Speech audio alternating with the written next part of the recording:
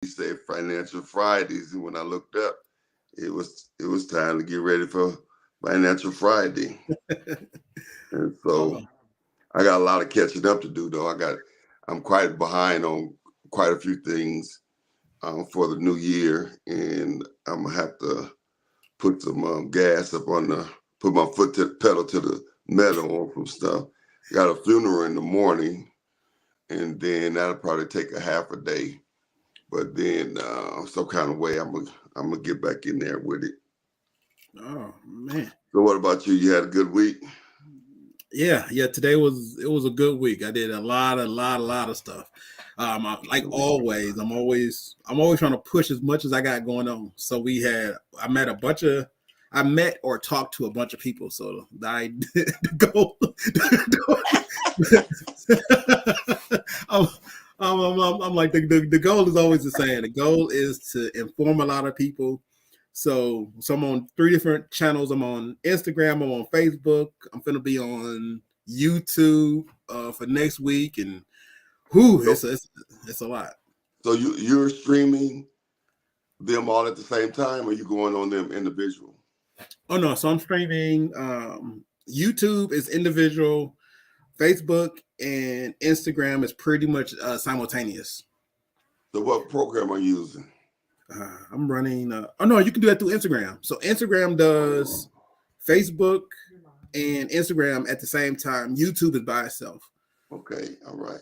And then plus the big thing about that is that now I'm moving over into doing evenings too. So I'm doing the morning wake up, and then I'm doing the evening closeout. So everybody can I mean, it's a lot of work, but I mean I got enough people helping me. So All right. Well, it's always about listen, the help. It's always about the help. listen. We are live. Good evening, everyone. Good evening. Good evening. Had some technical challenges and and getting on tonight, and so but we are on, and we were just chopping it up a little bit about our week and all the different things that's going on, and it's really interesting because that's all part of the grind, Oh you yeah. know, and then trying to get some consistency with your grind is so key. You know what I mean? And sometimes I won't necessarily start and stop because I'm grinding, either I'm grinding for Jericho or I'm grinding personally. And so, but then there are some days where it's just, I just have to take a break. But I'm normally grinding from sun up to sundown pretty much. And so sound like you almost have that same type of grind that grinding from sun up to sundown as well. Oh yeah. Yeah. Sun up, sun down, and then a little bit after. uh, hey, Well, when let's you yeah see yeah who's you on gotta you, with us. you gotta work when you got daylight. And then a little bit daylight only comes for a certain time. So work when you got it and sleep when you can. So Okay. You said work when you got it and sleep when you can. yeah, you got daylight. And then a little bit daylight only comes for a certain time. So work when you got it and sleep when you can.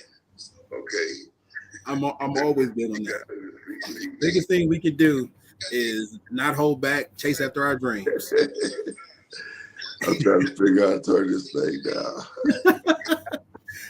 Well, listen, welcome to another Financial Friday. I'm your host, Dr. Anthony D. Burns, and this is my co-host, Brother James Oh yeah. Jones. Say what's up, Oh yeah. James. How you doing, everybody? Good Yeah. evening, all my grinders. All right. Where all the grinders at out there? All the grinders.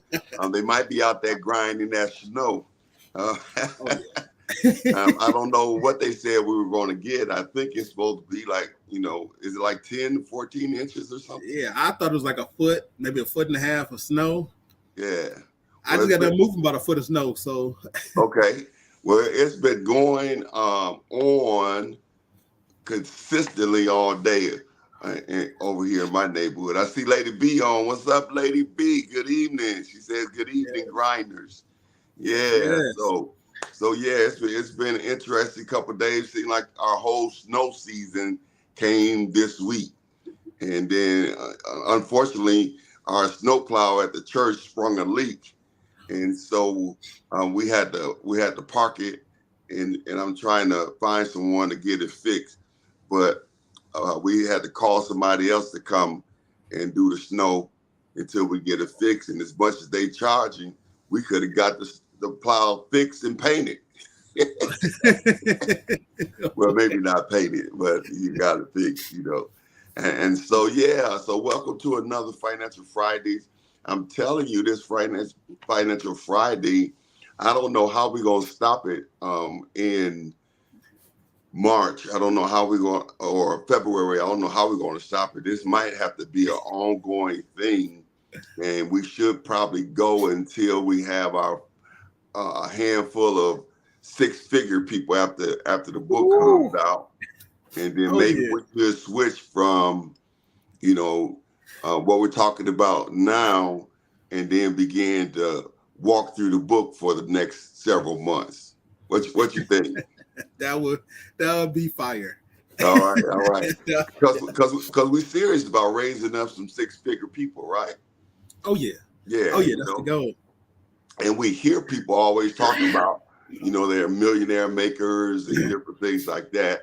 I've taken a couple of those different types of programs, but it just seemed like they were being a millionaire.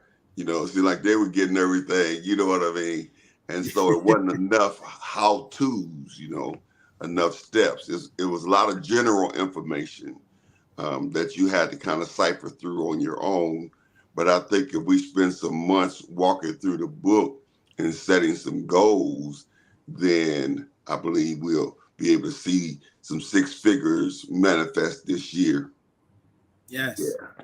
I was actually in a bank this week. Minister Simone and I was in the bank this week, and we were asking them about the money market. Now at BMO, they said that you had to have at least a $5,000 deposit in order, a $5,000 minimum in order to have a money market account. But you can get a CD for, $500. So that sounded like it was crazy to me the way it was. And so I'm gonna have to check with some other banks. Do you know any particular banks that you can get the money market at a lower balance? I see Mar Burns, the producer, just chimed in, six-figure manifestation. All right. And so, James, do you know other institutions that we could probably, I don't know if credit unions do that as well, that we could probably find a place where we can have an entry level to a money market account? Well, the entry level to money market accounts is a checking account that you rarely use, or a savings account that is actually built for savings. I have came across money markets where you can open, you just don't get as much interest as they're talking about until you reach a certain threshold. Okay. I didn't know that it was a limit to how much you had to start on. Normally, when I open up a money market, I just put money in it. I don't normally see about what is the opening deposit amount. Right. That's why we try to get there with you. We know you already six figures. You probably a millionaire, undercover millionaire. But we ain't mad at you. When you go open up accounts, you don't ask the balance. If you got to ask what the balance is, then you ain't ready. You know what I mean? That's where we as young people would say goals. Goals. Carl, what's up, man? Ain't seen you in a long time. Good you chiming in. This is our Financial Fridays, and we're about to get into our lesson for the day. But our goal this year is to raise up some six-figure people, and so we want to get us a six-figure club started.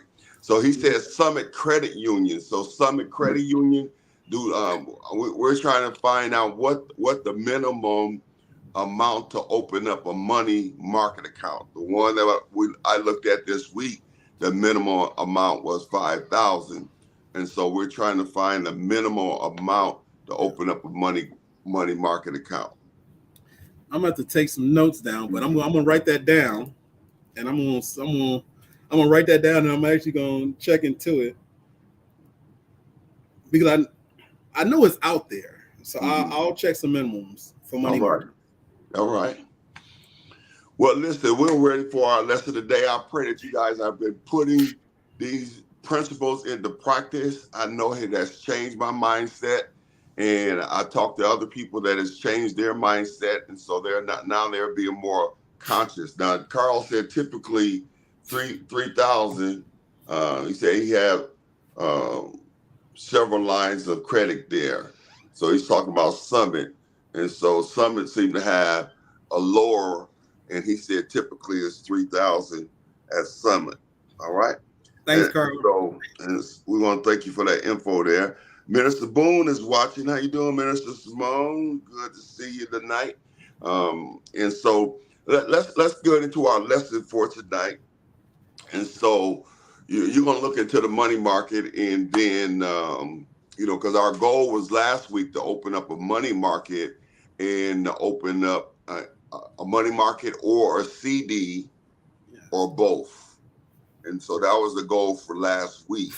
And so we, after checking it out, we have to do a little more homework so that we want everyone to be able to do it. So you may not be able to do $5,000, or you might not be able to do 3,000.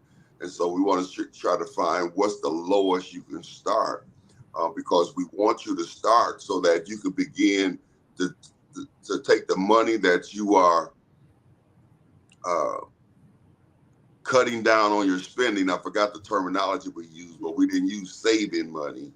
We use reassigning money. And so the money that we are reassigning, because we're saving with the different tips and principles that we've learned, then we want to assign that money. We want to start parking it over into a money market, and start building it for whatever the new assignment for that money is.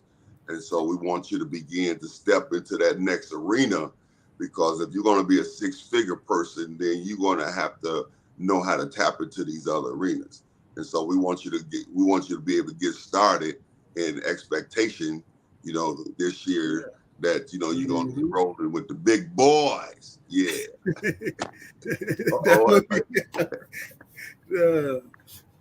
Yes.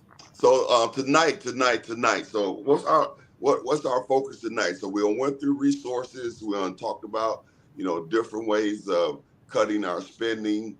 We've looked at different places where we can our money can work for us.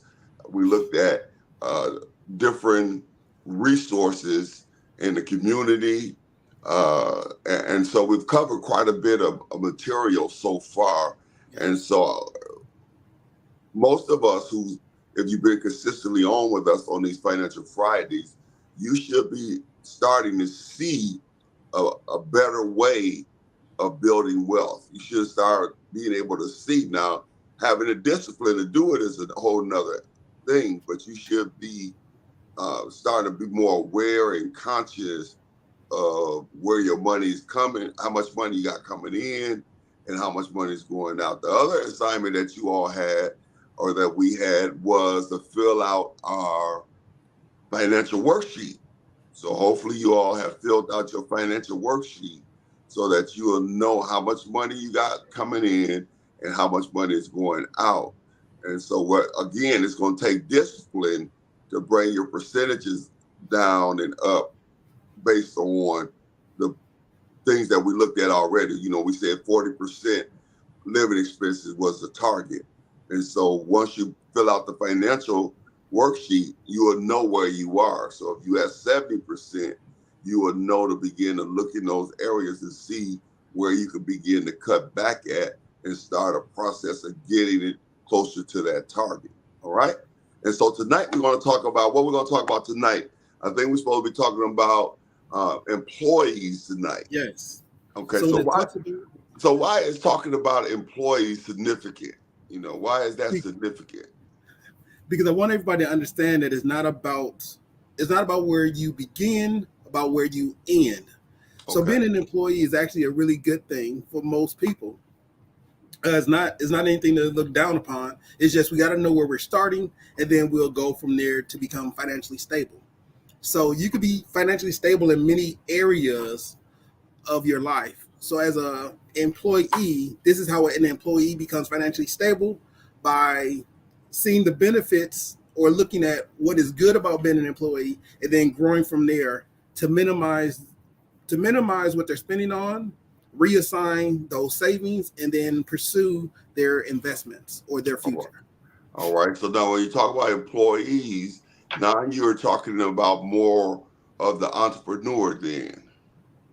Oh no, I'll talk about entrepreneurs next week, but I'm talking about people who put in a lot of time or their time for money. Is a reason the workforce currently is made up of mostly employees. So you're saying that we're targeting the employee, not necessarily a business owner with employees. We're talking about strictly the working person. Correct. Okay. All right. Well, let's Cadillac. Okay. So as an employee, you can still become financially stable. So I want to make sure that I don't want anybody to see something in which they interpret that they can't do it. So an employee can still make six figures. If they position themselves correctly, become financially stable, they too can also hit six figures. Okay. It's not out of the realm of possibility. Okay. Now that's important. That's important to take note of that, because a lot of times, because you're locked into a job, it locks you out of the ability to become financially independent. Because a lot of times your financial independence revolves around your ability to invest time into whatever it is that you're using to gain financial independence. And so a lot of times when you go to work, after you work 8 hours and you have your half-hour commute, and that's 9 hours, and you come home and you have to cook or whatever, if you have children and you take care of those things, usually after that, you're pretty much done for the day. And that goes from day to day to day. And so what you're saying is that a person who is working don't have to lose hope and begin to say, well, I don't have the time, I can't do it.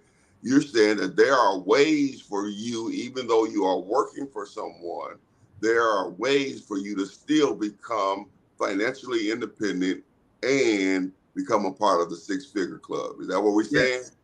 Yes, I am. All right. Well, we all ears. Come on, let's take us through it. Okay. Hello, my grinders. So with that being said, everyone can become financially stable.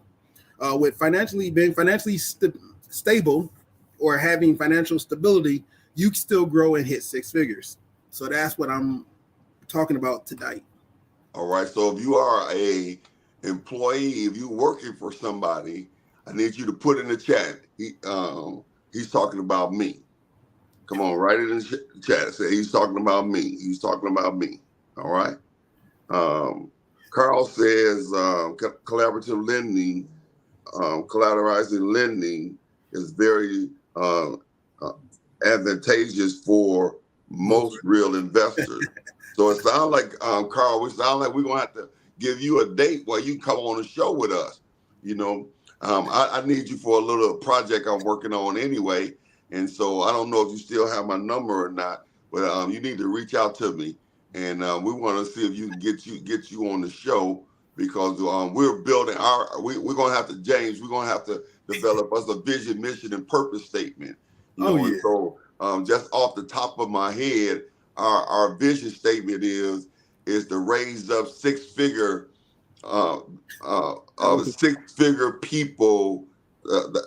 Our goal, our vision is to turn the average person into a six-figure person, something like that. That would be awesome. I'll work on that. All right, come on. Let's talk a little bit more. Okay, I see a few of them. Elder Perry, he's talking about me. Latrita, he's talking about me. Yes, Lemar, he's talking about me. Lisa, he's talking about me. Yeah, he's talking about you. That you can be. Say that to yourself. Say, and call yourself by name. Tony, you can be a six-figure. You can be a member of the six-figure club, even though you're working for somebody else. You could be an employee still at six figures. All right, come on, take us through it. Okay, so these financial Fridays, we're talking about just the employees of making them financially stable, so they can also reach six figures. I want to talk about who's an employee, like what am I talking about, and who I'm targeting. Why choose to be an employee? People have a lot of options. Why has been an employee effective? How do you become financially stable, and what are your next steps? All right. Now those are some good things to cover. Let's go for it. Okay, so what you see right now is off of the cash flow quadrant, which was produced by Robert Kiyosaki. The idea had been out there. He just published a book about it. So you got four areas. Each area has the ability. No. Let me stop your flow for a minute. What's the name of the book? Oh, it's called the Cash Flow Quadrant. Okay, I remember the Cash Flow Quadrant. I believe I have that book somewhere. I didn't finish it. I read a couple things in there that really helped me, and I have a tendency of doing that as well. You know, I get a book and I read, and then once I get something out of it that helped me, I have a tendency of saying I'm gonna get back to it, but I really don't. But say the name of that book again. Somebody put that in the chat for me. Say the name of that book again. Cash Flow Quadrant. Cash Flow Quadrant. Yes. All right. So would that be a recommended reading for people who want to read, or should they just wait for the how to make six-figure income book? Oh no, How to Make Six Figures is going to be a good book. But the Rich Dad Poor Dad, Rich Dad Poor Dad, Cash Flow Quadrant, you can get these from the library. Okay. So if you was like, I need to get started now, because I'm all about getting stuff done now. Okay. Now tell him what's his name again, Robert? Robert Kiyosaki. Say it again. Robert Kiyosaki. Now I may not spell his name right. All right, that's close enough. Robert Kiyosaki, the Cash Flow Quadrant. All right. Now let's talk about these four things. You saying these four things: employee, entrepreneur, business owner, and investor. Okay. Hand me my glasses over there, Lady B. So each of these quadrants have the ability to make six figures. Okay. An employee, it may be harder for an employee to make six figures, but it's not impossible. Mm-hmm. There are employees that are making six figures. Okay. And even the standard employee can make six figures. All right. You just got to know how to position yourself in order to do it. It's all about positioning and being determined. Everything can line up for you. Okay. So positioning and being determined. Somebody put that in the chat for us. Positioning and being determined. And so those are the two key things that we need to begin to focus on.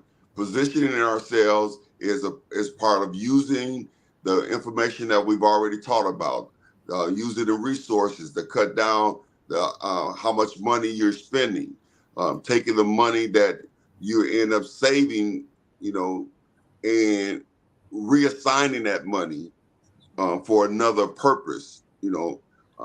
Those are the things that you do to reposition yourselves. And then once you begin to see yourself reposition, just like we talked about earlier, I'm starting to see now, a difference in my financial literacy, as well as my discernment of how my finances are coming and going. And so now I have to be determined to go forth and manifest those six figures. Am I saying it right, James? Yes, you are. All right. So the employees, you're asking for questions now. Yeah. Do anybody got any questions about the four quadrants and what can an employee do in order to make six figures? I'm gonna go into that, but we're gonna go into who all are eligible to be called an employee. So we're gonna go into those things as well. So if you're online and you have any questions concerning anything that we've said up to this point, then we need you to put some questions in the chat. Yeah. And so Carl said, let's step it up a notch and go to seven figures and beyond. And I will be putting on Entrepreneur Saturdays. I agree. Let's collaborate. Also, he started him an entrepreneur Saturdays, Yes, yes. and he said let's boost it up to 7 figures. All right, and so I look forward to collaborating with you, and because we want to empower our people, we want to get our people, out of poverty, and we know because the world is changing, we want to make sure that we're not last on this train, and so yeah, so we're gonna connect. All right, James. So I don't see any questions so far. All I see is help us. So let's go forward. Okay, so this is an employee. So according to the Webster Dictionary, the meaning of an employee is one who is employed by another, usually by wages or salary, in a position below the executive level. So anybody can pretty much be an employee. An employee is not a contractor and is not an entrepreneur. I just want to make sure I say that so someone doesn't act. So I'm not asked if I am a contractor. If you're an employee, you are definitely an employee. Okay. Okay. So Now, I was not going to say anything, but I think I'm gonna have to say something. My power is out at my house, and so we're gonna keep on going. And I'm very what would be the word? Resilient. I'm resilient and creative, innovative. Yeah. Yes. All right, so let's keep going, and I'm working on something right here. Okay. So why would anybody choose to be an employee? You will find this out that as you get older, you may not want the fast lifestyle of being an entrepreneur, which is very innovative, the stress that goes with being a business owner, or the risk that you got to incur about being an investor. So the reasons why you become an employee or choose to be an employee is simply because, one, being an employee produces a stable income. Being a good employee gives you job security. Most big businesses give you benefits and perks about going there. Also, when you're an employee, the biggest thing is professional development. He can't do nothing with me. He cannot do nothing with me. He might well get him some business. Come on, Minister T, where you at? The devil thought he had me, but I got away. So, I am working this thing out. So eventually, the pastor is doing him. The pastor is making sure he is on live with us. So if you don't know, pastor is pastor. Okay. So all right, that's good right there. Okay. All right. I apologize. I got excited about that. Then I figured something out. Hey, that's cool. One of the bigger things about being a dedicated, you are very dedicated. I just seen that come through. One of the bigger things about being an employee is that you get a lot of professional developments. So if you go to the right job, they will send you to become a better employee, to be more professional, to be more timely. Sometimes some businesses do conferences, so you can go to conferences or training programs, workshops. They have tons of career advancements that would have put you in the right atmosphere to get where you need to go. Some companies actually incentivize you to go back to school, to get a certification, to get a degree, which also will help you progressively move forward in life and also increase your income. While being an employee, the good thing is that you have a better work-life balance, because most of the time as an employee, you have a set number of hours in which you go to work and a set number of hours in which you come home. So you have the ability to work around that and produce a good work-life balance. The other side of that is social interaction. If you ever want to meet a lot of people, being an employee is the best way. If you're an entrepreneur or a business owner, unfortunately, you may not run into that many people, because everyone in which you run into, you typically will be hiring or looking to be hired. So that's why an entrepreneur or a business owner don't don't normally meet or have that many social interactions with people on a regular basis.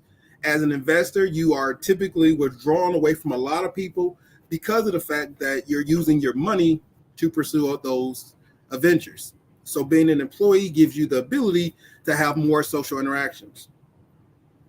Also, it's a structured environment. So for people who appreciate structure and reduce risk, being an employee for large corporations do allow you to do that by knowing your start and stop time, by knowing who your supervisor is, by knowing the work that you have to do. It gives you a structured environment in which you can be successful. Then you have access to resources. If you work for certain entities, like if you work for the telephone company, you get free phone. If you work for the cable company, you typically get free cable, free phone, free internet. So when you work for different organizations, you get access to those resources free of charge or for a reduced charge. Even if you work at Subway, McDonald's, or Cousins or Burger King, you get a free food. So you can go there, work a job, and now you don't have to pay for lunch because lunch is provided via the job in which you work at.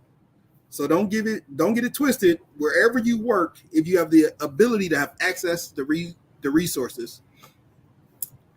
Next one is risk mitigation. I talked about this throughout the entirety of this. Is the reason why you choose to be an employee is because your risk versus reward is a lot less risk to be an employee working for a stable company versus being an entrepreneur who's out and about making jobs happen, a business owner who's always constantly reinventing or making sure the processes are in place, or being an investor, one who's looking for different opportunities. So being an employee is more risk mitigated. Okay, And now, lastly, okay, go ahead. go ahead and do the last one. And the last one is to focus on your expertise. If you're a person and only thing you want to do is what you know how to do, what you love to do, being an employee is perfect for you. Unfortunately, if you take a really good inventor and he wants to be a business owner, now he has to deal with payroll, he has to deal with taxes, he has to deal with the structure of the business. Versus if he's an expert, he can get a job being an expert in his field. That mitigates a lot of those excessive things that he do not need to know or he doesn't want to know. He can focus on being the best him he can be, or the best she can be. Okay, now let me push back on you a little bit. Yeah. Because there are some setbacks to being an employee, and so I don't know how much of that we have in our outline, but understanding that when you're giving somebody 8-9 hours a day, being determined is going to be very important in order to have financial freedom. I'm under the understanding that money is an idea. So back in the day when they had the gold bars and, and they're going around to barter and to spend money, carrying a big gold bar around was not, convenient. So somebody came up with an idea to take money as we know it to represent the gold and the silver and those physical things that, the value of the money. When we look at our money, our dollar goes up and down based on the collateral. The collateral to our dollar is gold, silver, and whatever else, as far as that's what's backing the money. The money itself is not valuable. It's the gold and the silver that backs it up. So if money was created as an idea, then ideas create money. And so then if a person is locked down on a job for 8-9 hours a day, it can hinder their ability to develop ideas to create wealth. And so working a job is not the ideal thing but it does have the securities that what you just talked about. Because one of the things I see a lot with people who leave their job and start out on their own is they miss that structure, you know. And so as a result, when they're out on their own, they are not as determined, you know, because now they don't have accountability per se. And so oftentimes they can get off track. And so it's so important to understand now that we're not saying go get a job and then work on your six figures, but if the security of a job is what you need in order to balance your life, you could still hit six figures, but you would still have to be positioned and determined. Now that's kind of a pushback on the whole employee thing, because I'm not a big fan of the employee part of it. Even though I'm an employee, I work for Jericho Church Without Walls, you know what I mean? But it's more of a calling, but it's still an employee because that's what's supposed to pay my bills and stuff like that. So push back on me on that one, James. What's your thoughts on what I just said? I think that being an employee is actually a good thing for many people. So the last two that I was talking about is the reason why you want to be an employee. It's not that everyone wants to be an employee. It's just that if I have the ability to focus on sewing, right, and I'm the best seamstress I know how to be, being an entrepreneur means that now I have to focus on other things that would affect my bottom line. Mm-hmm. If I was the best employee in the seamstress, I can manipulate some of my time because I'm the best employee. If you are the best employee and you can produce the best product faster than anyone else, you can negotiate your time. If I am the best person doing the best job and I can fulfill the orders that would take 2 or 3 people, if I needed to come in late a day, if I need to leave out early a day, I have that ability to negotiate because my time is already being fulfilled. And the benefit about being an employee is you have the ability to work on just your craft. And that's one of the biggest things about being an employee. If you like what you do, and I'm just using seamstress, I'm not really that good at sewing, but I'm not that good at sewing, but you could take an auto mechanic. If he likes being an auto mechanic and he doesn't want to deal with the paperwork side of taxes or employees or the overhead or the building, he may want to stay being an auto mechanic. If you are a good carpenter and you think you are the best carpenter, then that means you can apply your services to other different entities or other different companies.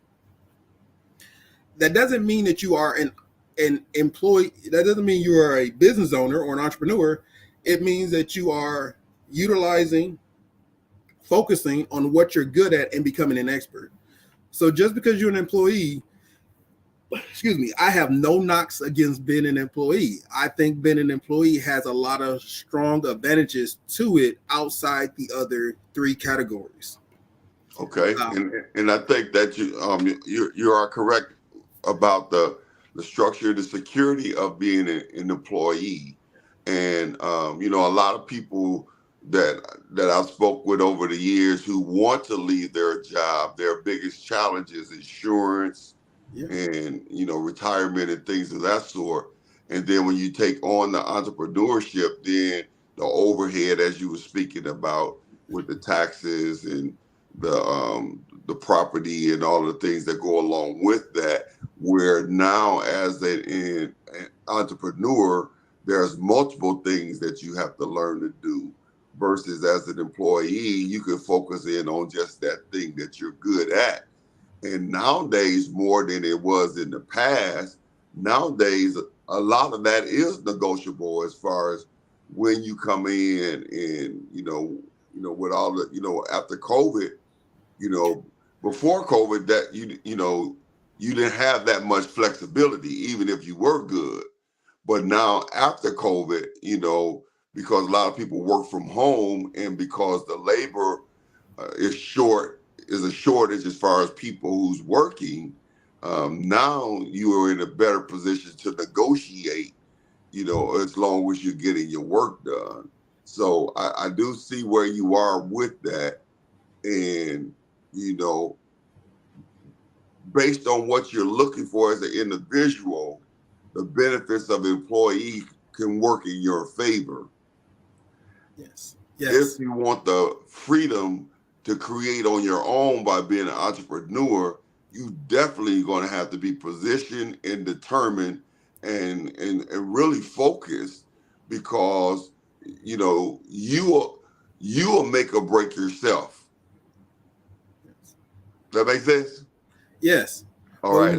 Remember, we're going to talk about entrepreneurs, business owners, and investors over the next couple of weeks. So I just want to give everybody the advantages of being an employee, because if you put something that you really love to do and something you're passionate about, and you put it underneath a powder egg, right? You put a bomb that you want to pursue what you're after. But you got to dedicate not 8 hours, you're actually dedicating 9, depending on how you travel. So if you only had the addition of more hours, right? You come home, you deal with your kids, and then you have about 6 hours of actual time. Sometimes people use that 6 hours to take on another job, or they're pressurized and determined about what they have to reinvest in that time so they can become better at what they want to do. Okay. And when you talk about that, we definitely want to make sure that we're highlighting, what God has put in us, because the average person is living way below their potential. Yeah. And there's many reasons for that. It could be fear. It could be a lack of vision. It could be a lack of planning. It could be a lack of determination. It could be multiple reasons for that. But when God made us, He's given each of us the potential, to live at whatever level we want to live at. And oftentimes we have the desire, but we're missing the information. And so it's so important that we not feel like I have to stay locked into a job for the rest of my life.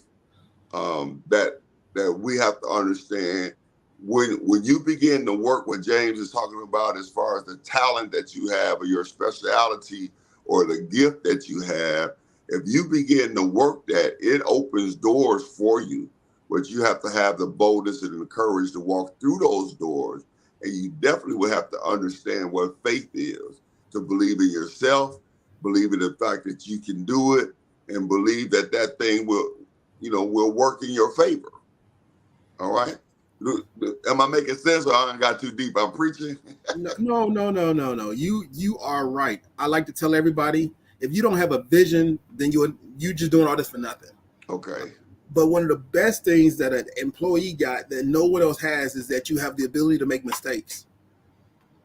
As a business owner, all the mistakes that I make fall on me, and they are heavily against me. So I can tell you, as a business owner, you're less likely to take drastic risk because of the fact that if it fails, everything falls on you. As an investor, you take a risk as an investor, but you mitigate that risk by understanding at least the product or the presumed money that you can make. But as an employee, and these are some of the crazy benefits of being an employee, I can take a job that I may or may not be the best at and learn how to become better and still have a stable income coming in. That is not true for business owners, and is definitely not true for investors. If you come in and you do not know what you're doing, as a business owner, you can mess around and put yourself at liability for a plethora of stuff that you are not aware that you are being held liable to. But as an employee, you come in and you can actually learn trades. As an employee, you can come in and you may not be that good at taxes, but you can become a tax rep or a paralegal, and then you can learn that, oh, okay, I'm good at that. And then you can pursue your options. So as an employee, you do have the ability to grow as an employee in ways that you do not get those advantages as a owner, as a business owner, or as an investor. Okay. And I do see that. I do see that, and I do believe that for many, that's the better way to go because of the benefits of working for someone else. And for others, because of their talent, a lot of times people are working a job in an area that they have learned to work, but not necessarily in the area that they are the best at. You know what I mean? And so they're taking a job and they're working a job as, a secretary, and I'm not coming at nobody, for wherever you work. I'm just as an example, they're working a job as a secretary and they've learned to be a very good secretary. Mm-hmm. However, they're a better seamstress. Yeah. You know what I mean? And so if they had that opportunity to position themselves to open up a business, being a seamstress, they can make more and position themselves faster, working the gift that they have than they possibly could working in a place where they're just going through the motions. And so we got to make sure that, being an employee has the benefits, and it becomes even greater when we are an employee doing something that we love to do or we're good at doing. Yes. And then being able to understand that being an employee doesn't mean that you don't have other options or that you can't, even being an employee, still be a member of the Six-Figure Club. Yes. All right. Just the funny part about that is if you are a secretary, you are positioned to network. You are positioned to know all the higher ups, because a secretary is the gatekeeper to talking to the person that everyone wants to talk to. So as a secretary or an administrative assistant, that's a good gig because of the fact that when you get ready to step out, you got all these people, names, numbers. You know who these people are because you met them, even as a secretary or an administrative assistant. And that's one of the big benefits about being an administrative assistant or a secretary. Okay. It's the ability that you are social, which is as an employee. Like if I am an entrepreneur and I hire my assistant will meet all the people I meet. If my assistant is diligent, determined, and they're educated or they can speak well, they will meet all the people that I do business with. If my assistant is my mentee, because sometimes you get somebody who admires each other. So if my assistant who's with me day in and day out knows me personally, they can now utilize me to help further their six-figure venture. So being an employee is phenomenal. I can tell you one good story about being an employee. I used to work for a company called Charter Communications. Actually, I shouldn't have said that out loud. So let me tell you a story that happened. They used to sell on how good somebody can sell. It was one gentleman. Well, it was a group of us, and it was especially two people. They outsold a whole sales department. Okay. When those two people got done outselling the whole department, they got offered a job. All right. They got offered a manager's job because they were so good at what they did. Mm-hmm. When I tell you that you can grow and develop off what you're good at, he was a phenomenal salesman, and he sold a bunch of product, a bunch of services. Mm-hmm. But he was so good that when an opportunity held up, he was able to step in to a whole new position that educationally he wasn't qualified for. but his skills was so much higher that he did get the job eventually because of his skill level. And that's Okay. all with him being able to do the one thing that he was great at, which is selling. Mm-hmm. So being an employee does give you a lot of opportunities, a lot of networking opportunities, a lot of growth opportunities. And if you don't like something, you have the benefit to leave and try something else, Mm-hmm. or you can stay and develop yourself. So Okay. every area has big benefits at being an employee. Now there Okay. are some downsides to being an employee, but I want to make sure that everybody is aware that being an employee can still be financially stable. Okay, and that's important. That's very important because you know sometimes people look at being an employee as being stuck somewhere or limited in some ways, and so that's very important that we do understand that the benefits of being an employee based on your vision and purpose is far greater than the disadvantages. And we had a couple comments. One, Carl said that he loved what we're doing, and he said that we ought to keep pushing the information. And you are the right guy for the job, he says. And so we're gonna help a lot of folk in the community. Also, Paris said that being an employee can also be the stepping stool for greater things that you're looking to do. And so that's an important point to be an employee as well. And then Minister Pfeiffer said that as her being an employee, the many of the connections that she had came from being executive administrator assistant on her job. So all of those things all of those things are proof texting, with I would say backing up or evidence on what you're saying there. All right. Now, I have another little challenge here that I'm gonna have to work through, and I think I just came up with an idea for it. All right. My battery's going down on my other device. All right, so let's go for it. So we're good on that then. So Yes. we're looking at both sides and then making sure we understand, because I think that's the biggest thing, is making sure that we realize that we're not stuck and there are other options, but not overlooking the benefits of being an employee. So that's very important. That's very important. All right. All right. So let's go a little further. Okay. I thought my power went out. You say you thought your power went out. Oh yeah. It's long story short, my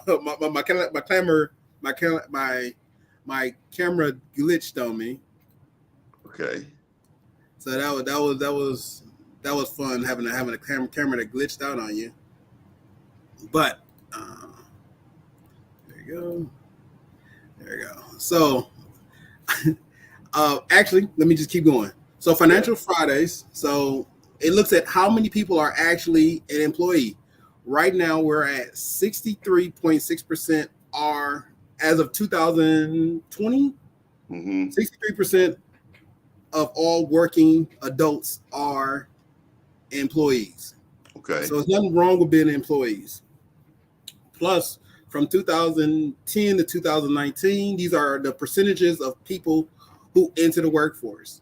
So whether you're 16 all the way up to 70, 74 years old, more than half are working throughout their entire life. Okay. So what I was talking about previously is when you are diligent about what you're doing, you're working at it day in and day out, and you're living at the 40% rule, or you're living at the target of 40%. You have the ability to reinvest 20% to start making your investments and your growth. Okay.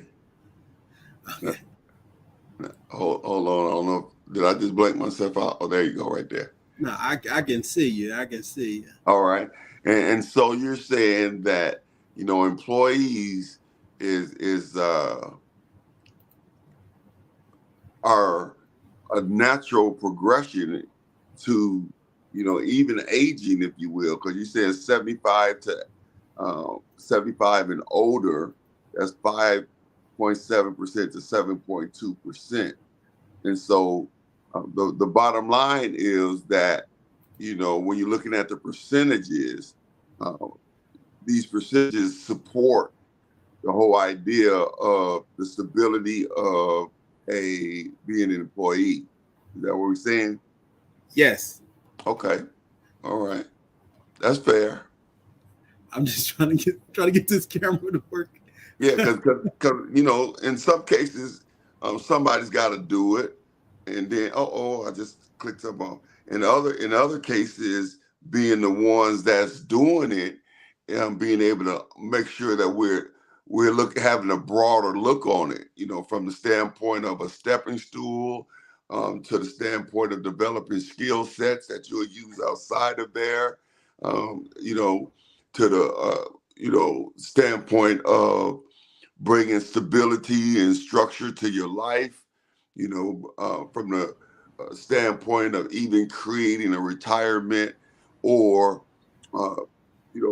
being able to hone in on a skill to put you in a place to renegotiate where you're working at, to afford you opportunities to also do some other things.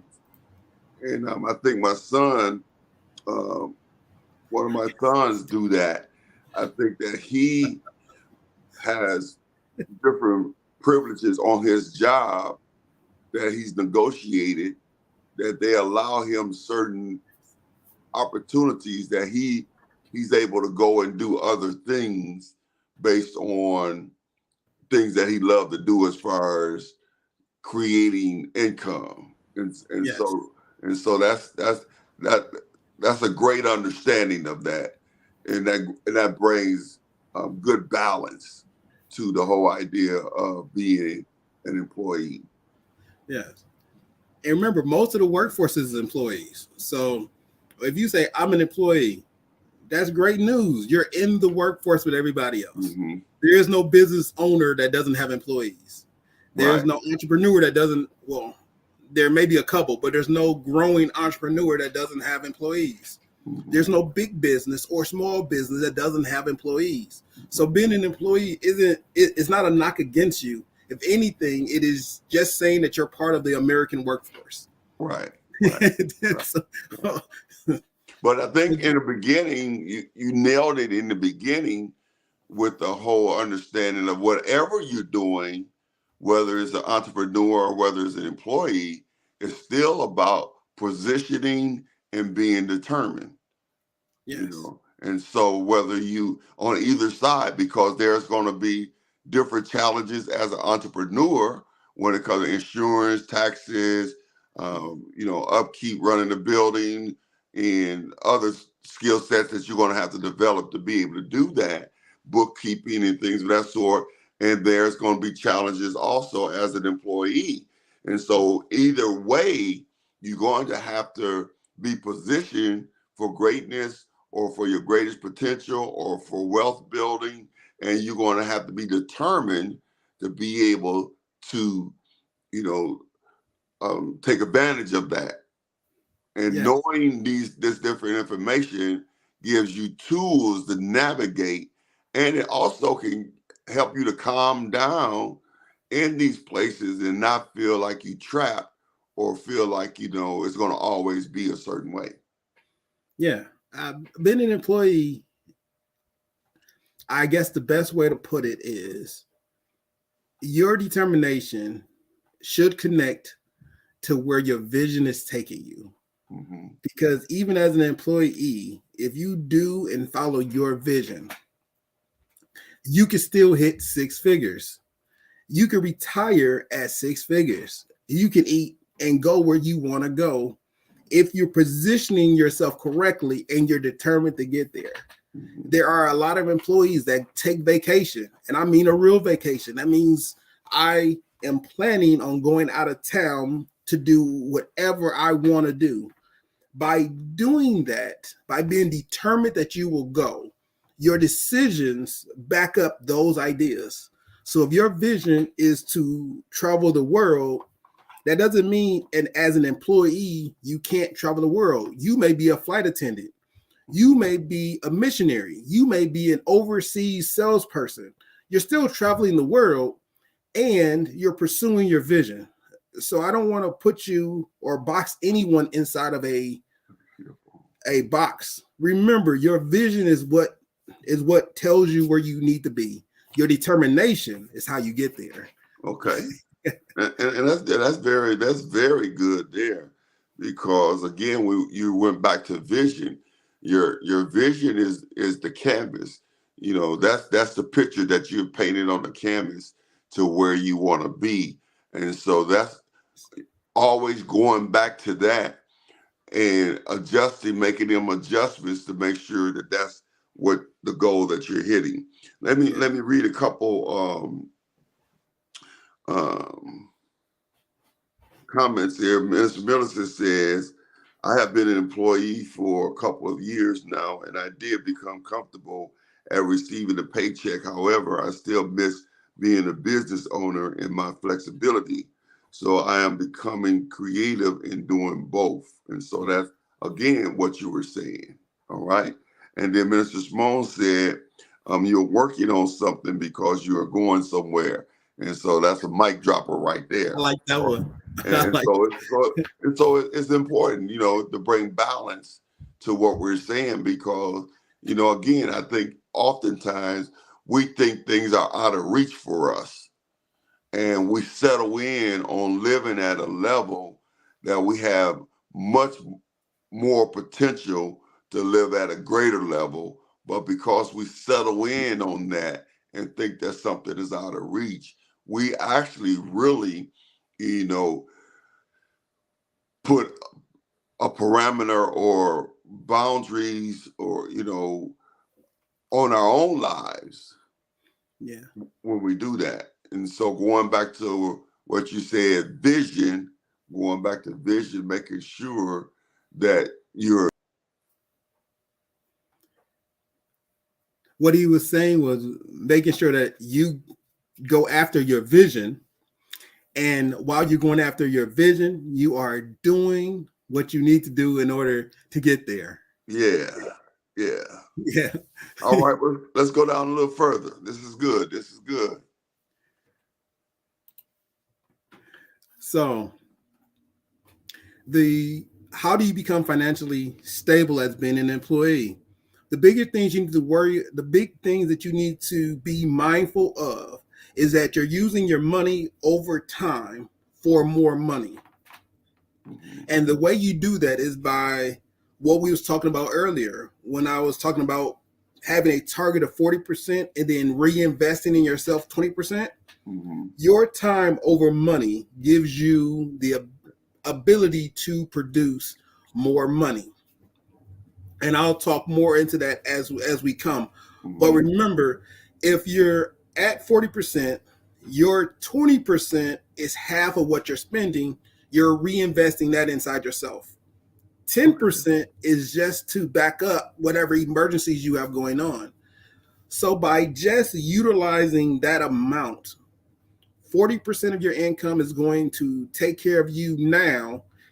30% of your income is going to take care of your future. So you got to make sure that it's not about the immediate gratification. It's about the longevity of gratification. Those are things that we got to focus on when you're an employee, because your money, the risk versus reward is you have a stable income, but you won't have a large influx of money coming in, which you may have in the other areas, in the other quadrants. So utilizing the money over time principle, you can hit six figures and sustain being in that area for a long time. The next one is commission-based employees. When people think of commission-based, they typically think of a waitress. However, a lot of people in sales are also commission-based employees. So you take your sales agent, your car dealer, your car salesman. There are a lot of employees that can actually hit six figures. When I say hit six figures, I'm not talking about maybe. I'm talking about your highest paid sales agents are hitting six figures. When you talk about your investors, not your investors in terms of the classification that they're in, but you talk about your stock market, Wall Street, they're running the tape investors. Those financial analysts has the ability to make six figures, even though they are still, you guessed it, employees. Okay. Go ahead, Pastor. No, that's very, very good to note that, because you are right. You are absolutely correct. And being able to understand, even like your car salesperson, he's already positioned, but then he's determined. And in doing that, he just don't show up and sit down and read a magazine and hit six figures. He's determined, and so he's putting the grind in. And then the other ones that you're speaking of, there is a lot of behind the scenes work that they have to put in order to be able to do what they do. And so any area that we're looking at is gonna still require positioning, and it's gonna still require determination. Now, overarching is visions, because we still got to know what it is that we're trying to accomplish. Yes. And so that's very good. That's very good. The person I was going to mention for the book called Pursuit of Happiness, it was a movie that had Will Smith in it. Pursuit of Happiness was a true story book. It was a true story that actually happened. It was a guy who was down in a lot of areas, but he had a vision for what he wanted. So he went for that vision, and he became one of the top sales guys in his firm. From becoming the top sales guy in his firm, he was making six figures. However, he took what he had, put it together, and he started his own financial company. So when I say commission-based employees can still make six figures, trust me, just because you're an employee does not mean you can't make six figures. We just want to make sure that you're in the right mindset and determination to do it. Yeah. Next is our regularly hourly employee. So when you say you're an hourly employee, that doesn't mean you can't make six figures. It means you must be more understandable and focused on producing six figures. Not just for the fact of having money, but what is it doing for you? And that's where your vision comes in. Well, while having a vision is a good thing, having determination is what's going to help you get to your vision. So as a seamstress, or let's say you was a cake designer, there are cake designers that make six figures even being regular employees, because that cake designer is part of another bigger group of cake designers with one manager.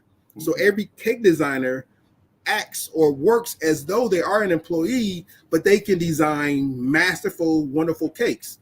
Those people are also making six figures.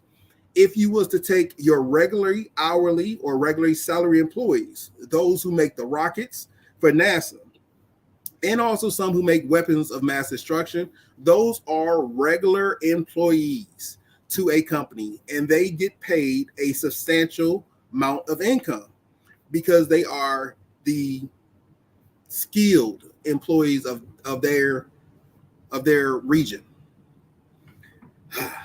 Now, the best method to gain financial stability in the shortest time possible is to get an additional job. So when I say get an additional job, I do mean you're going to work, you're going to put time in at one job. When you get done, you're going to put some more time in at another job. By doing this, you have one job which is going to provide for all your living expenses and is going to be active. The second job can be utilized to put more money in your pocket for going after your investment, going after your dream. It can put more money in your pocket to reduce all the debt that you are in. So having another job isn't something in which I will agree that someone should do forever, but it is a good way to sustain yourself for a short period of time. And so, recapping, you know, when we talk about the six figures on being an employee, the few that you went over this last time were employees in positions to make six figures because that was their salary. And then we're saying that the average Joe with positioning and determination also can make six figures, but they may not be on a job that pays them six figures. But by using the tools that we talked about with the resources and assigning your money and being conscious of what's coming in and what's going out, and having that money turn from a passive to a residual to begin to also make money, being based on that, either employee has the potential to do six figures. Correct. Is I'm saying that right?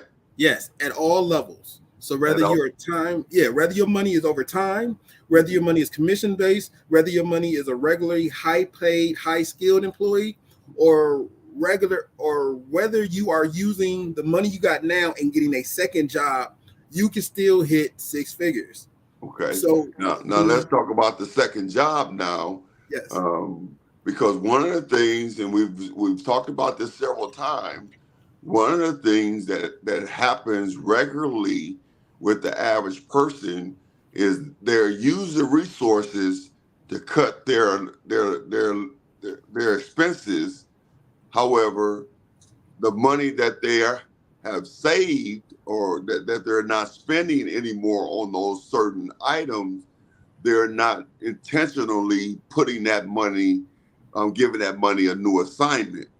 And so, you know, we're cutting, we're using the resources and we're cutting the amount of money that's going out, but we're not being conscious and determined by making sure that money is accounted for with whatever goals that we have.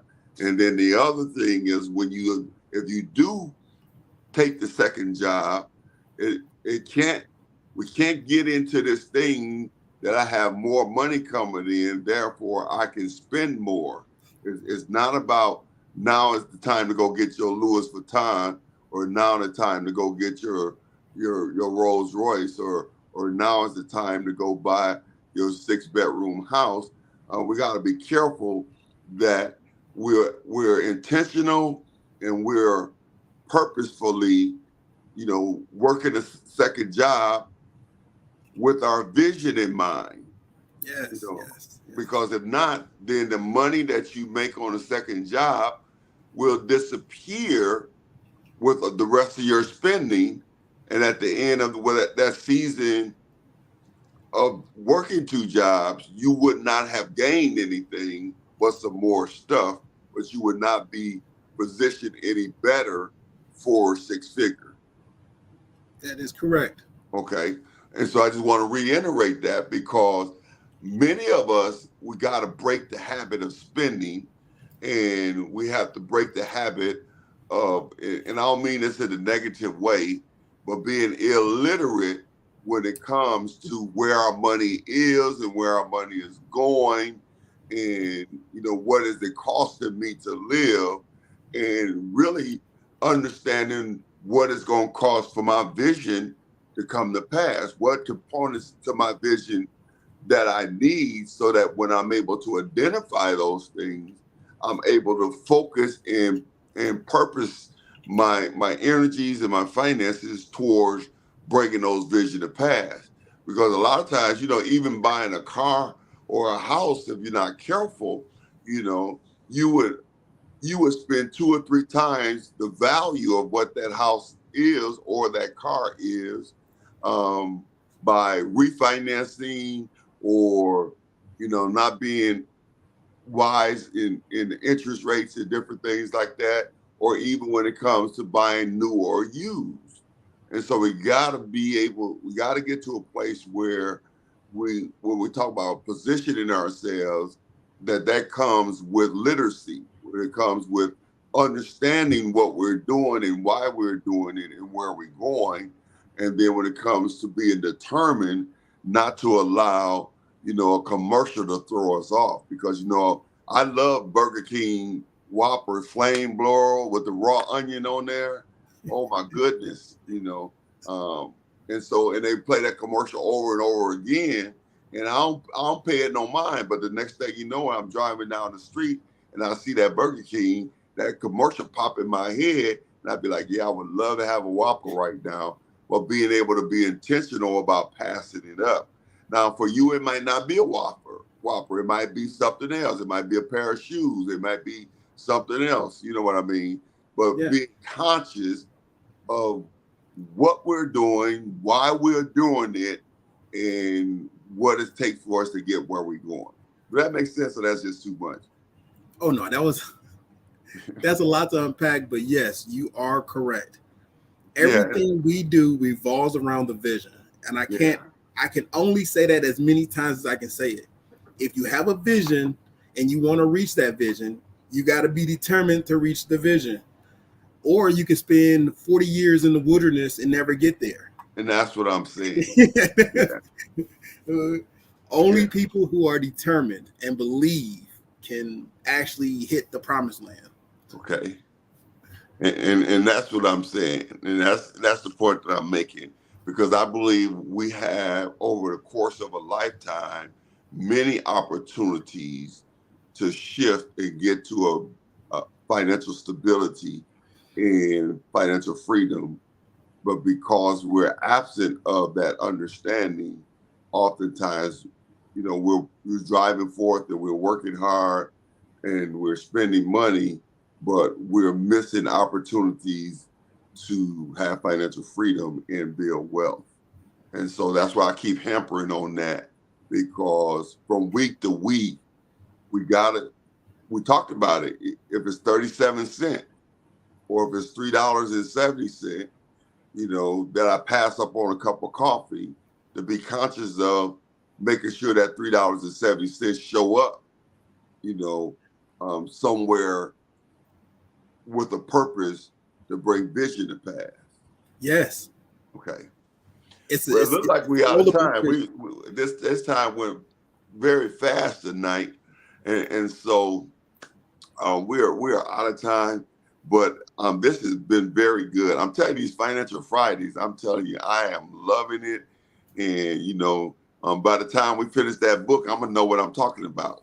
Hold on. You are. But I got one more slide to show everybody, so we can go in, so we can get into it.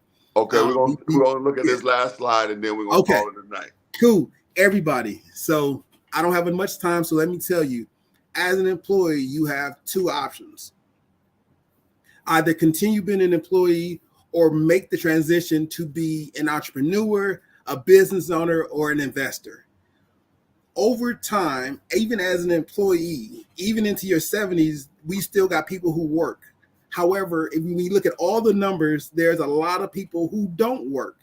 Majority does, and majority are employees, but you still have entrepreneurs. So if you have a skill and you would like to be the innovator of that skill, you are an entrepreneur.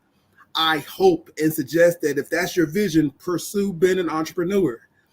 Those people change the world in many ways, in creative design, architecturally, clothing.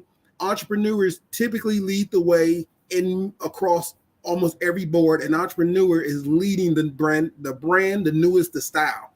So if that's you, as an employee, put your money aside and then invest in yourself being an entrepreneur. In the middle, you will see business owner. Those are people who understand a system, and they have developed a system to create their own wealth. So as you're envisioning what you're doing as an employee, you can always put money aside and invest in being your own business owner. If you are a manager, if you are a supervisor, if you understand the system that you're in and you can add to it and make it your own, then you could be a business owner. You can go out and do your own thing, develop systems for other people and they'll pay you underneath your company. If you are an employee and you have enough money of investing in yourself, you can always become an investor.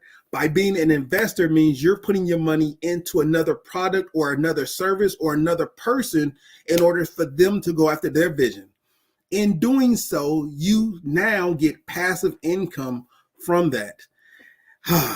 So whether you're an entrepreneur who's using your residual income to become a better entrepreneur, or you're an employee who use their residual income to start their own business, or you become an employee who use your residual income to be an investor, you all have an ability to grow from being just an employee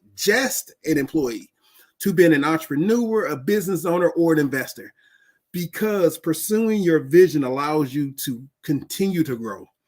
that was the last slide. Okay. Now, you said when you start talking about passive income, you said passive income is the way to go. I can't tell anybody how good it is to know that you have passive income. So for everybody that's on the chat, passive income allows you to live life while knowing income is coming in. And that is a really good feeling to have once you become big enough and more stable. Having passive income is a benefit that a lot of people will enjoy once they get it. All right. So in closing, whichever route you decide to go based on your vision for your life and your skill set, know that you're going to have to position yourself. And that could be what the stepping stool thing is, working as an employee to position yourself for one of those three things that James just talked about: the entrepreneur, the business owner, the investor. Yes. And being able to understand that either way you are within reach, that you still can become part of the six-figure club. And that's important for you to understand that either way is going to take work. It's not something. That's why James calls us the grinders. The grinders. Yes. You know, so you're going to have to grind, you know. And we say it just about every week, and every week I ask somebody to put it in the chat. And that is, we live like nobody else so that we can live like nobody else. And you know, amen. In this interim, we may have to live a certain way and give up some perks in order to be able to position ourselves to have passive income. And when he talk about passive income, he talking about making money while you sleep. Yeah. You know what I mean? So, you know, being able to be in that position. And so the biggest thing I want you to understand is we can do this. We can do this no matter what level you are at, whether you are a business owner, entrepreneur, employee, investor, you can do this. You have to be positioned and determined, and you can't be afraid to do the work, and you cannot lose sight of your vision, you know, what it is that you want to see manifest. And I promise you, if you do the work, did I say I promise? I promise you, if you do the work, you will see, just like this Financial Fridays comes real quickly and goes real quickly. You know, in the same sense, if you grind, what you're grinding for will come real quickly. But if you're not careful and you become haphazard, it can leave real quickly as well. Yes, it can. All right. And so, listen, we are way over our time, and now this thing want to pop up. We're way over our time, but it's been really good. This has been another good one, and all of it's really been good. And I was trying to look to see what the comments was, but my other, because the power is out, I don't have internet, and so I'm on my phone, and I'm using a hotspot on my phone, and so I'm working through this thing. and it keeps going out on me. Let me see yours. Matches And 5%. so another example is capitalizing on free money. My job matches 5% of what I put in my 401k. That's thousands of dollars of free money. And so we're going to have to look at that. I think we got that on our docket to talk about some investments down the line, don't we, James? Yes. I think we talked about that. But yeah, that's so important, you know. Tiffany, how you doing, my sister? So let me see what we got in the comments, and then we're gonna call it a night. All right. And so let me bag back. Let's see. So we are. Limar said the code to crack is giving more dedication and commitment to your own business that we give to our 9 to 5, and that is so true. You know, we have to be willing to work the same, you know, or harder for ourselves, but definitely not. We can't work less for ourselves than we work for somebody else. Yeah, you know? I agree. All right. And Minister Simone says, stack that money for emergencies and building wealth. And so we said that the emergency fund, was it 2 months? 10 months. It was about 4 months, about 4 to 6 months of emergency funds is what you should have. So emergency fund, it will be my rent card note. It'd be all my expenses, 4 months. 4 to 6 months, yes. So if something happened to me and all of a sudden I didn't have no income, I would be able to live 4 to 6 months. Yes. With no strain, no stress, no struggle. And that is the reason why a lot of people fall into bankruptcy or they lose their house, is because we're not building correctly. Just because I have a job that pays $40,000, that doesn't mean I spend $40,000. It means I should be spending around $25,000, and I should be banking the rest of it. Yeah. Because when trouble happens, which life does, you want to make sure you can utilize yourself versus always surrounding yourself with, can I please help somebody, versus saying, I got this. And if you can do that for 4 to 6 months, you have enough time to recover from the emergency and still put yourself forward. Okay. Now, I think I understand this. Paris said that if you can't buy it 3 times, you can't afford it. So if I want to go buy, you know, a car and the car is $20,000, if I can't buy that car 3 times, that's $60,000, then I can't afford it. And that'll be a good rule of thumb to go by. You know, it'll cut down on a lot of spending right there. And Ms. Mark said, just have to position yourself to being determined and focused on your vision. Yes, sir. And Minister Simone said, do the work and you will see the money come real quick, but don't let it leave real quick. All right. And so listen, our time is up.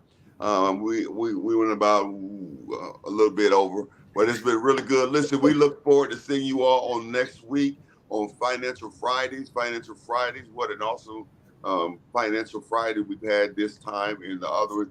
Listen, this week, don't forget now, you should already have your financial form filled out.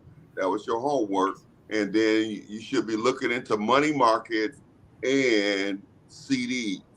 And so for the month that's out, we want to have our financial worksheet so that we know exactly what's going in and coming out and where we at on our percentages. When you fill out the worksheet, it calculates the percentages automatic for you. So you don't have to know how to do that. You just got to input the information. And then we want to check with the credit union and the banks and find out where you can open up a money market account at the level where you are. You may be able to open up one with 5,000. You may be able to open up one with 3,000, but you may not be able to do that. But see if you can find one that you can open up at a lower level, and then definitely let us know about it. And look at the CDs.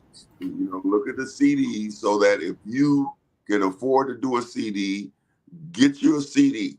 You know, and we're trying to create habits that 6-figure people have. And so we want to start now. We want to start now with where we are, with what we have. All right. All right, James, what's your closing remarks? I'm typing it right in. It's the financial planner. It is out. It's on the website. You can go to jljpus.com. All right, somebody write that in the chat for me. Say that again now. It's J as in James, L as in life, J as in Jones, P as in property, U as in United, S as in states.com. Okay. JLJPUS.com. No, we didn't get a chance to spend some time on that. So next week when we do financial, let's talk about the planner up front. He has access to a planner. He gave me one, and it is an awesome planner. And so if you are used to using a planner, it's a great tool for you. If you're just starting out using a planner, it's a great tool for you. And so it's got some great components to it. And so you want to invest in a planner. Things don't just happen. They must be planned. So we got to start getting in the mode. For those of us who are not regular planners, we need to start developing the habit of planning, looking ahead, and writing things down. Those of you who are already planners, if you haven't got your planner for this year, or if you're looking for an awesome planner for this year, it is an awesome planner. The website. What's the cost of the planners? It is $26. It's $26 for the planner, and it's $30 for if you want tabs in it. And they do mail it directly to you. It's already included in the price. All right. So this ain't the money ain't going to James. I wanted to, no, but actually the money is coming from a nonprofit organization. So I'm partnering. We all do collaborations, so people know how good collaborations are. But the collaborations with Rebuilding and Uplifting, the Rebuilding and Uplifting nonprofit organization. So the company JLJ Properties, we're collaborating with them. So they are the ones who are producing the product. I am just making sure that whoever needs it can get it. All right. So that's the financial planner at JLJPUS.com. Correct. All right, listen, y'all. Thank you all for your patience, for tuning in. God bless you. I hope that we have given you some empowering information as we are on our way to our wealthy place. Listen, be intentional and live on purpose. James, you want to close us out? Oh, yeah. God, we thank you for this time that we have today. We thank you for just being with us. And let the words in which we have shared today and those questions that was asked, that they permeate, penetrate, and dig deep. That we will be focused on our vision. We will be determined to pursue our vision. And we will be loving and caring for each other as well as to you. We thank you, Father, for this time. In Jesus' name, amen, amen, and amen. I almost was going to call you a grasshopper there for a minute. You said, what was your 2 P's? Permetrating and penetrating. Man, if you had one more P, you would have been in there. All right, listen, y'all. Good night. We'll be safe this weekend. Be careful how you shovel your snow so that you don't hurt your back, and be safe. With if you do have a power outage or something like that, make sure that you be safe. Make sure your batteries is in your flashlights and that you got blankets to stay warm. And if you're traveling out in the weather, make sure that you give yourself time to stop and slow it down, and be safe out there. God bless you. Thank you again for tuning in. We look forward to seeing you on next week, Financial Friday. Be blessed. I'll see y'all then.